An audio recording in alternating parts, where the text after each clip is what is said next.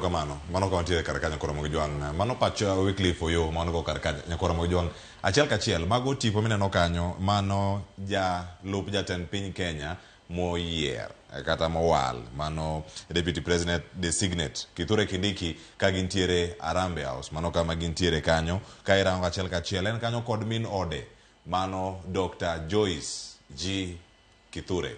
Mabende nitie kar kanyo achiel kachiel kode, en safar makoro wuok ka oganda ochomo ka romo mano mara KICC ka wantiere kar kanyo, ka giwuotho ka gidhi kocha waranga ne jo Migori to wacho nade, giwuotho ne gi jo KICC kamoro achiel kapok waloro tielo ne kapok wadhi achiel kachiel KICC. Jo Juma, jo Migori wacho nade kochane kod chenro ma kawuono mar chamo mar Kindiki? Erokamano Cleophas, kaunti ma Migori wachiwo makare ka bende kinyalo ng'iyo toka kanyo mantie kod ogande kaunti ma Migori mabende dwa golo pachgi ka otenore kod kama koro wagik mabende koro Kithure Kindiki kore kinde machuok dhi chamo muma kaka jatend piny, jalup jatend piny Kenya. Kinde mokalo no ka nitie paro mopogore opogi, kinde ma jatend piny Kenya ne owale kaka jalupne. Kabende roda ng'ento nyaka sama wuoyni oganda bende nitie kod geno kata ng'o giri mabende gigeno kuom Kithure Kindiki bang' ka ochamo muma kaka jalup jatend piny Kenya. Adwaro achiel kachiel mondo koro imiya thuolo mondo koro awuo kod jodak kata ni chodi machiegni ka king'iyo kacha. E kinde machuok Kithure Kindiki chamo muma kaka jalup jatend piny Kenya, in kaka ja Migori kaka ja Kenya be oromo tang'o mugeno kuwuok kuom bang' chamo muma kaka jalup jatend piny Kenya?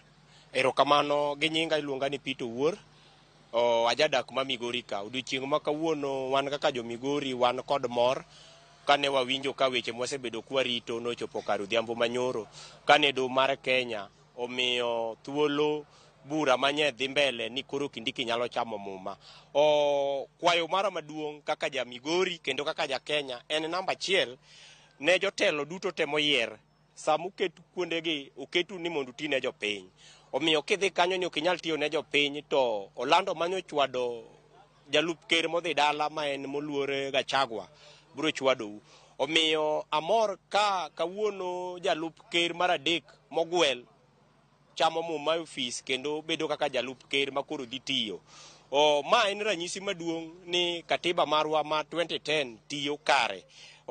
Mogik adwa na wach ni Abraham Kindiki kodonjo kaka jalup ker mar adek ma Kenya, oriw jo Kenya kanyakla. Weche moko manye jalup ker modhi dala obedo ka wacho omiyo kukete maber kendo jo Kenya be nok ne maber. Kopo ni nitiere ng'ikruok moro e sirikal, jo sirikal beduru piny to losi maka odonjo ite japiny to donjo gimoro ma nyalo kelo riwruok mar oganda. To weche manye Gachagua bedo ka wacho mara kia oketo dede mag wang' jowi e CCTV kiang'o mag jotelo moko ok ne kare. Omiyo adwaro ni wadhiuru mbele kaka jo Kenya, Kindiki otine jo Kenya makare mondo lokruok obedie higni adek modong'i mondo wadhi mbele. Mane kwayo mara maduong'.